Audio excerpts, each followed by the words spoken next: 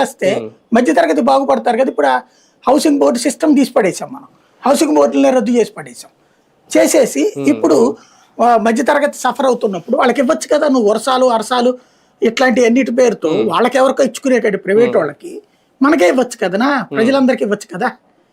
అవన్నీ అసలు చర్చ జరగకుండా ఏదో సవాళ్ళు ప్రతి సవాళ్ళ మీద నడిచిపోతుంది కదంతా కూడా టాక్టికల్ గేమ్ అదంతా.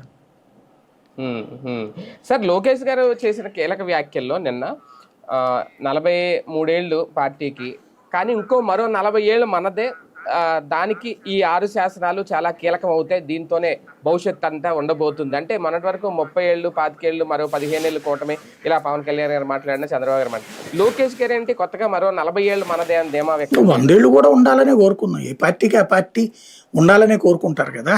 అంటే నా తరం స్టార్ట్ అవుతుందని దాని అర్థం ఏమన్నా? బేసిక్ గా పార్టీ అనేటటువంటిది శాశ్వతంగా ఉంటుంది అనే లెక్క చెప్పడం, అంత మించేం లేదు. ఇప్పుడు 83లో పుట్టినట్టు 82లో పుట్టింది పార్టీ, 83లో అధికారంలోకి వచ్చింది. మధ్యలో అధికారాలు పోయినాయి, అధికారాలు వచ్చినాయి. తెలంగాణలో తుడుచుకుపోయింది, ఆంధ్రాలో పొత్తులతో ముందుకు వెళ్లాల్సిన పరిస్థితి వచ్చింది, పొత్తులు లేకపోతే గెలవలేని పరిస్థితి వచ్చింది. అయినా కూడా ఇంకో 40 ఏళ్ళు అంటే ఒక ప్యాటర్న్ చూసినప్పుడు డిపెండబుల్ సిస్టమ్ అనేటటువంటి దాంట్లో నుంచి ఇండిపెండెంట్ గా కూడా మనం ఎదుగుతాము అనేటటువంటి ఒక భరోసాని ఇచ్చే ప్రయత్నం చేస్తున్నారు అన్నమాట.